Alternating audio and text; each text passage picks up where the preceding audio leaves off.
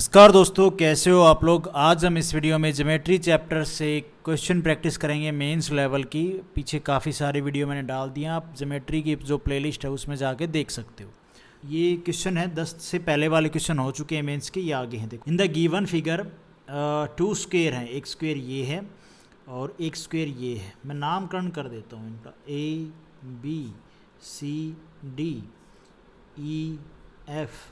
ABCDEFG।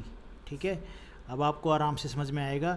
एक ACDB square है, एक ECE, सॉरी E डबल हो गया ना, E हो गया भाई यहाँ पे डबल, EFG लगा लो यहाँ पे, CEFG एक स्क्वेयर हो गया।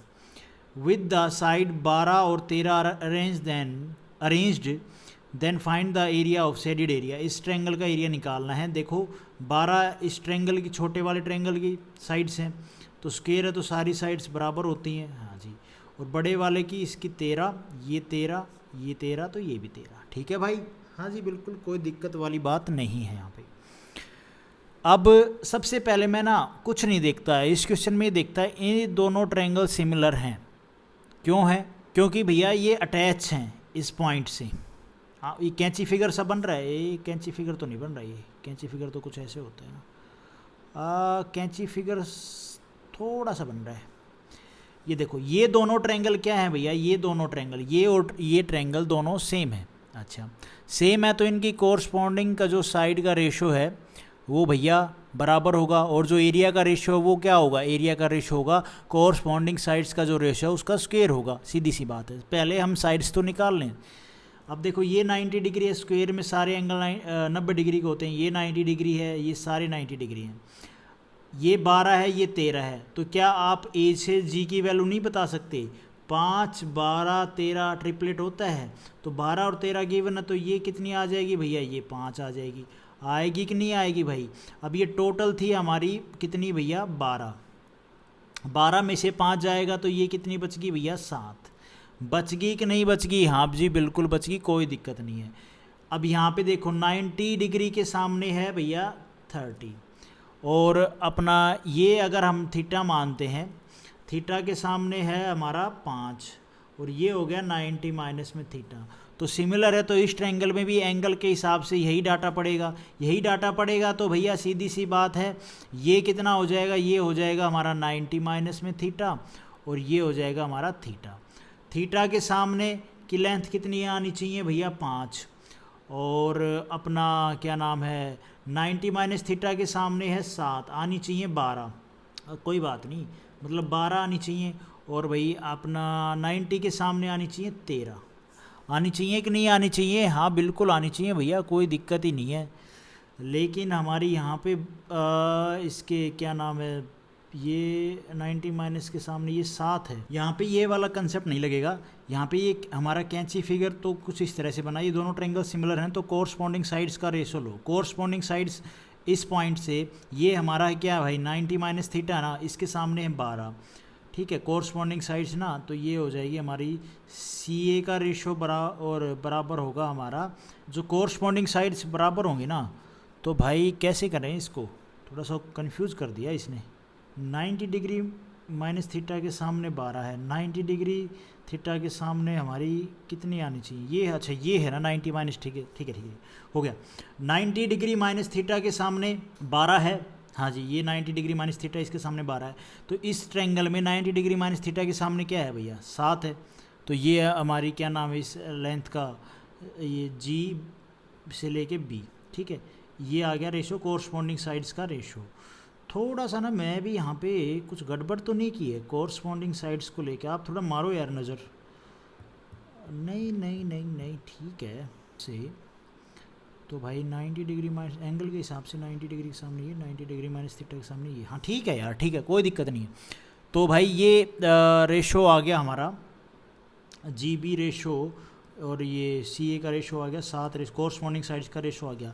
अब एरिया का रेशो का क्या होगा, एरिया का रेशो होगा 7 का स्क्वायर और 12 का स्क्वायर। 7 का स्क्वायर 49, 12 का स्क्वायर 144, ये आ गया एरिया का रेशो। छोटे बड़े ट्रायंगल का जो एरिया है, इन दोनों का एरिया का रेशो आ गया। अब भाई बड़े ट्रायंगल का एरिया देखो, बड़े ट्रायंगल का एरिया कैसे निकालेंगे, एरिया का फॉर्मूला होता है हमारा 1/2 और 90 डिग्री बनाने वाली साइड, बड़े ट्रायंगल के 90 डिग्री बनाने वाली साइड 12 और 5 है ना, 12 और 5 6 5 6 30 आ गया। हाँ जी 30 आ गया इसका एरिया। तो बड़े ट्रायंगल का एरिया 30 आ गया। तो बड़े ट्रायंगल का एरिया 30 आया ना, जो कि बड़े ट्रायंगल का जो एरिया का रेशियो है वो 144, तो एरिया का आया है हमारा 30। तो ये कितना है 144, सॉरी 30/144 है। तो ये छोटे का भी क्या होगा 30/144 मल्टीप्लाई होगा, तो 49 गुणा में 30/144। ठीक है, इसको अगर आप काटा पीटी करोगे तो किससे काटें भाई, इसको 3 से काट दो 10, 3 चौक 12 और 3 8 24 48, और 2 से काट दो इसको, 2 5 10, 2 दूनी 4, 2 चौके 8, 5 की 49 से मल्टीप्लाई करोगे तो क्या आएगा भैया 245/24। ये इस क्वेश्चन का आंसर बनेगा 245/24। बी ऑप्शन हमारा यहाँ पे ठीक हो जाएगा। काफ़ी ना कैलकुलेटिव था, ये मेंस का है भाई, थोड़ा सा ध्यान से करना, ध्यान से समझना। आपको ये कैलकुलेशन में दिक्कत नहीं आई होगी जब आपको पता चल गया कोरस्पॉन्डिंग साइड्स अगर आप समझ गए ना यहाँ पे एंगल के हिसाब से, तो आपके लिए ये कैलकुलेशन कुछ भी नहीं थी। फिर आपको पता था कोरस्पॉन्डिंग साइड ये होती है, एरिया का रेशो पूछे तो एरिया का रेशो हमने निकाल दिया। वैसे हमें अगर पर्टिकुलर हमने बड़े ट्रायंगल का एरिया का रेशो निकाला तो हमें 2 साइड पता है, हमने यहाँ पे निकाल लिया इस ट्रायंगल का एरिया। जो 90 डिग्री बनाने वाली 2 साइड उनका वैल्यू हमें पता थी, 1/2 इंटू में दोनों साइड की मल्टीप्लाई की 30 आ गया। अब एरिया का रेशो छोटे बड़े ट्रायंगल का आया था भाई 49 छोटे का और 144 बड़े का। ठीक है, तो बड़े का हमने निकाला है 30 एरिया, और 30 है ये 144 का कितना गुना ज़्यादा 30/144, तो जो छोटा है वो भी क्या होगा 30/144, क्योंकि दोनों ट्रायंगल सिमिलर हैं।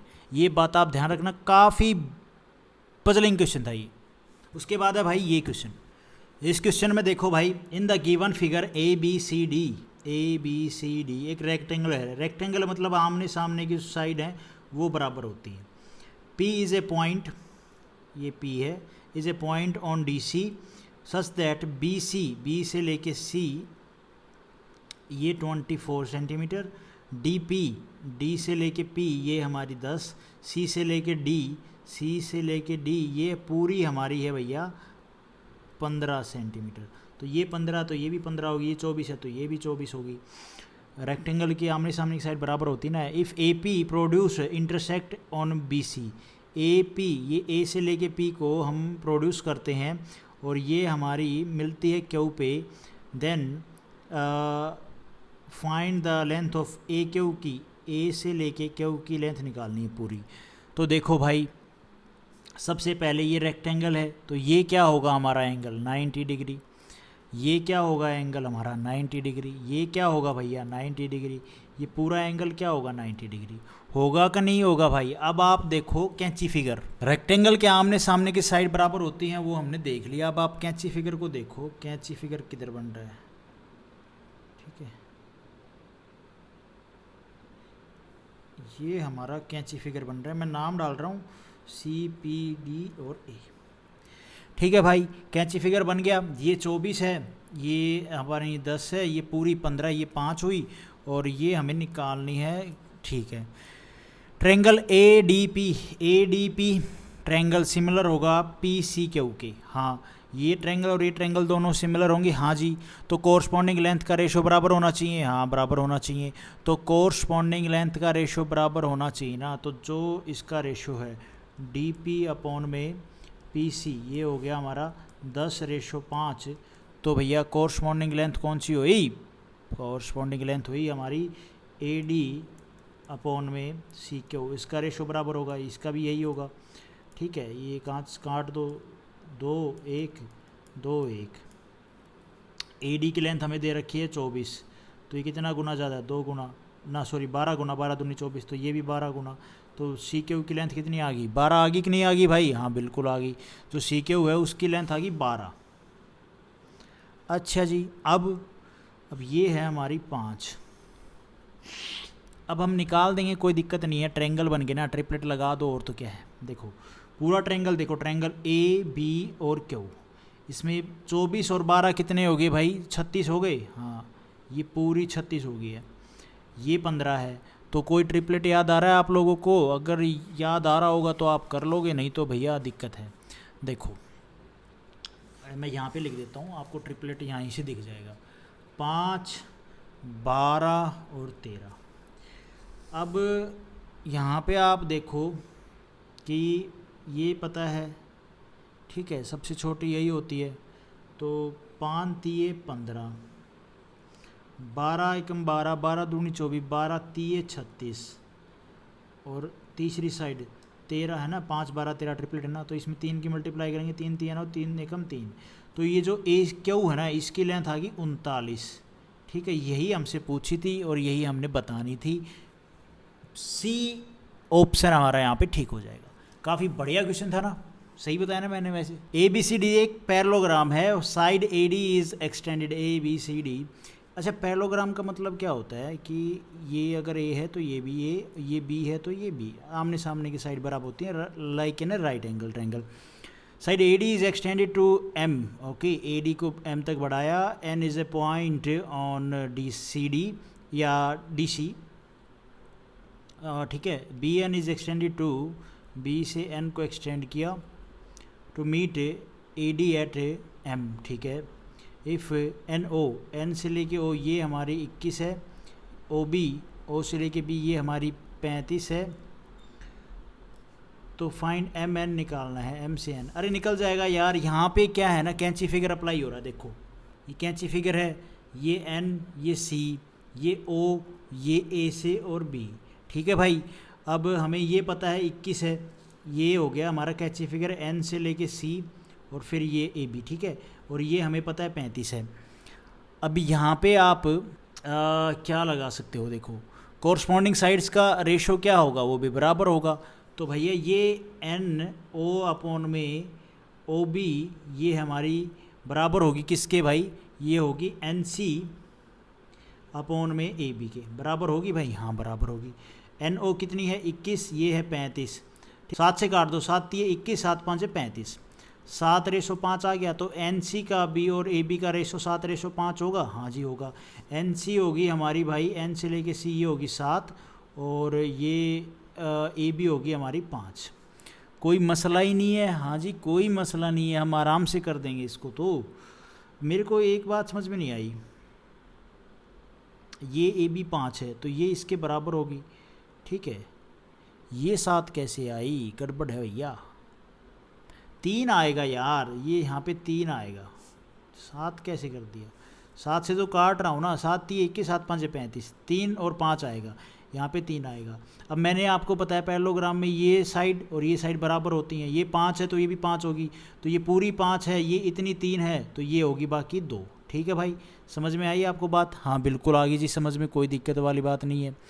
अब ना आप इस ट्रायंगल को देखो, एम डी ए बी, इस ट्रायंगल को देखो, इस वाले एरिया को भूल जाओ, मैं यहाँ पे बना देता हूँ बाकायदा जिस फिगर पे हमने काम करना है, ठीक है, क्योंकि जिस फिगर से हमारा रिजल्ट आएगा हम उसी को बनाते हैं। वैसे पेपर में नहीं बनाना, आपकी प्रैक्टिस हो जाएगी तो फिर आप ये सब करना छोड़ दोगे कि ये सारे डायग्राम बार बार में बनाना। ये तो बस मैं आप लोगों को अभी बता रहा हूँ ताकि आप लोगों के लिए ईजी हो जाए। ओ से सॉरी ये ओ डी नहीं, ये ओ एन है एक्चुअली, ओ डी नहीं आएगा, ये एन पॉइंट है यहाँ से, ठीक है ये, और ओ पॉइंट हमारा कहीं नीचे था, हाँ ठीक है। और भाई ये अपना 21 है और ये हमारा कितना था,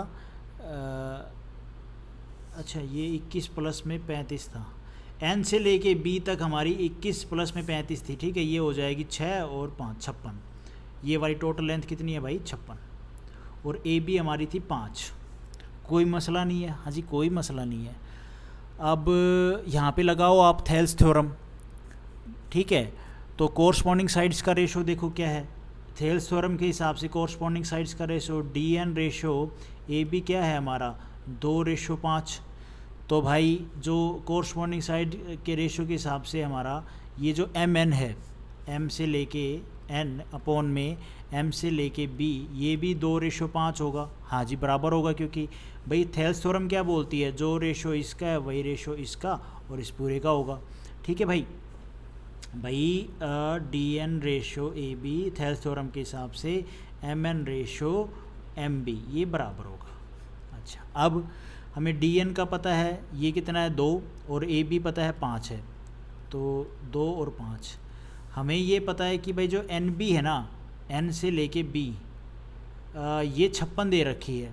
आप एक बात बताओ, एम एन का रेशो और डी एन का रेशो बराबर होगा। एम एन होगी हमारी कितनी 2, और भाई ये जो ए बी एम बी होगा ये पूरा रेशो होगा यहाँ से लेके यहाँ तक 5। तो 5 में से ये 2 पार्ट चला जाएगा तो 3 बचेगा। हाँ जी, और 3 की वैल्यू किसके इक्वल है 56 के। ठीक है, 3 एकम 3, और भाई ये कटेगा तो नहीं, पूरा पूरा नहीं कटेगा। ठीक है, तो ये हो जाएगा 56/3 हो जाएगा। हाँ जी बिल्कुल हो जाएगा।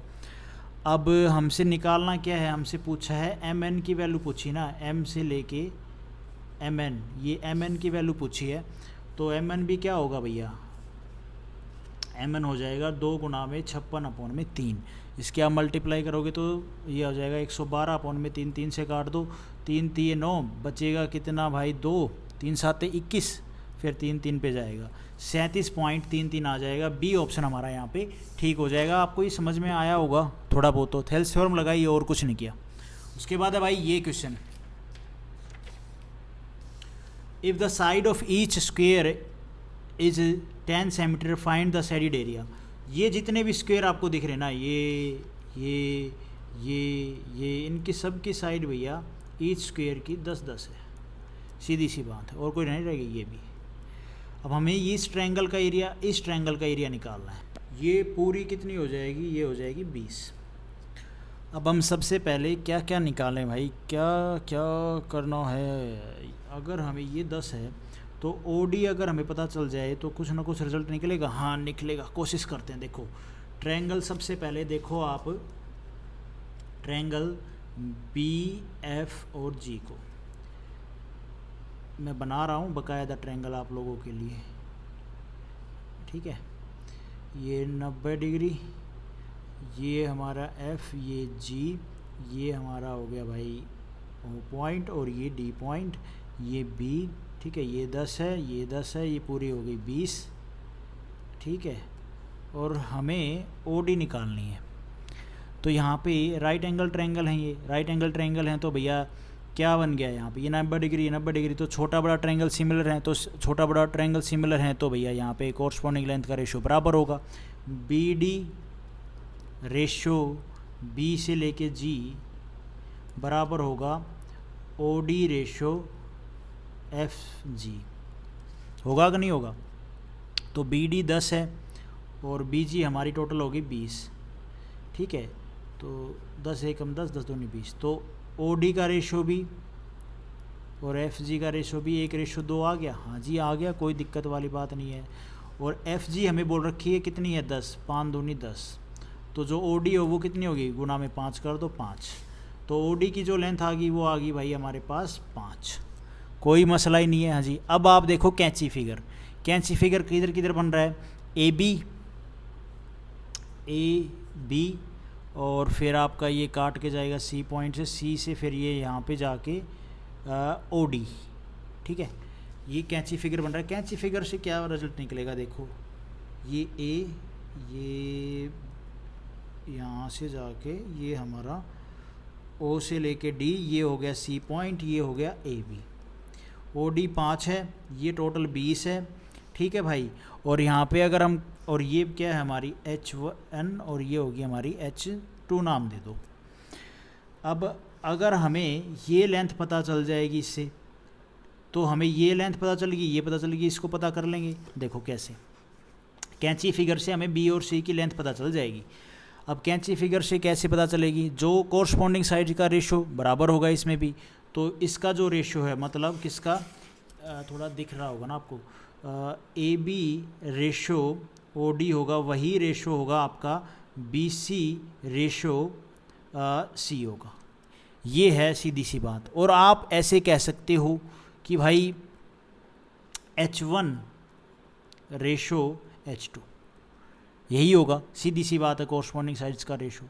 तो अब ये ए बी कितना है 20 है, और अपना ये 5 है, 5 एकम 5, 5 चौके 20, 1:4 आ गया, तो H1 कितना हो जाएगा 4 और H2 हो जाएगा 1, क्योंकि ये हमने यहाँ से सेंटर टू सेंटर ये कनेक्ट कर दी। अब क्या करें भाई, टोटल हाइट होगी हमारी h1 प्लस में h2 4 प्लस में 1 5, है ना। तो हमें ये पूरी, ये तो यहाँ से आई ना लेंथ, 4 प्लस में 5 तो होगी टोटल लेंथ। अब 5 की वैल्यू हमें 10 गिवन है, 10 किधर गिवन है भाई?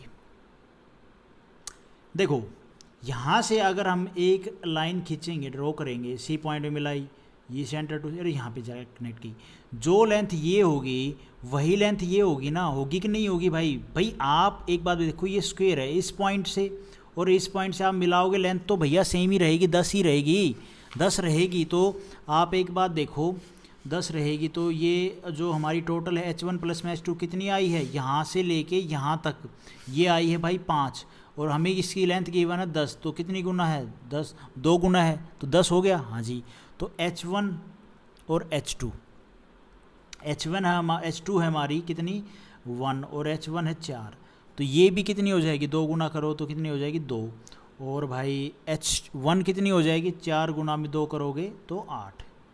ठीक है, ये लेंथ आ गई हमारी 8, मतलब यहाँ तक ये आ गई हमारी 8 और ये आ गई हमारी भैया 2।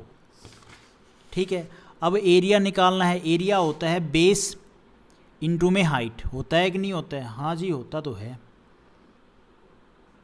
तो बेस और हाइट, तो भाई एरिया होता है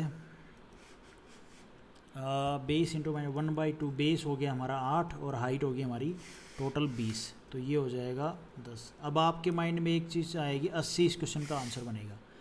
अब आपके माइंड में एक चीज़ आएगी, यार लेंथ तो ये थी और ये थी, तो आपने निकालना था शेडिड एरिया का, आपने निकाल दिया इस पॉइंट से जो कैंची फिगर है, इस पॉइंट से ऊपर का एरिया, ये एरिया बच गया, ये किधर गया? ये चीज़ मैंने सिर्फ आपको समझाने को बोली। अगर कैंची फिगर आ जाए ना, तो कैंची फिगर आ जाए तो कभी कभी क्या होता है, हमें ये हाइट चाहिए होती है, और कोरस्पॉन्डिंग लेंथ का रेशो मैंने आपको बताया। यहाँ पे आप देखो AB अपॉन में OD, वही रेशो होगा BC अपॉन में CO का, ठीक है भाई, और वही रेशो होगा बराबर होगा H1 अपॉन में H2। तो वो अगर ये इसके बराबर है तो आप इसको भी रख दो बराबर, कोई दिक्कत थोड़ी ना आएगी यार, ये तो बस आपको समझाने के लिए मैंने किया है। तो इसका आंसर आ गया 80। होप आपको ये क्वेश्चन समझ में आया होगा, अगर नहीं आया है तो आप कहीं और से सीख लो बस। ठीक है, तो आज हम इस वीडियो में इतने क्वेश्चन करते हैं guys. Thank you so much. Video आपको ठीक लगी तो लाइक करना, चैनल पे नए हो तो सब्सक्राइब करना।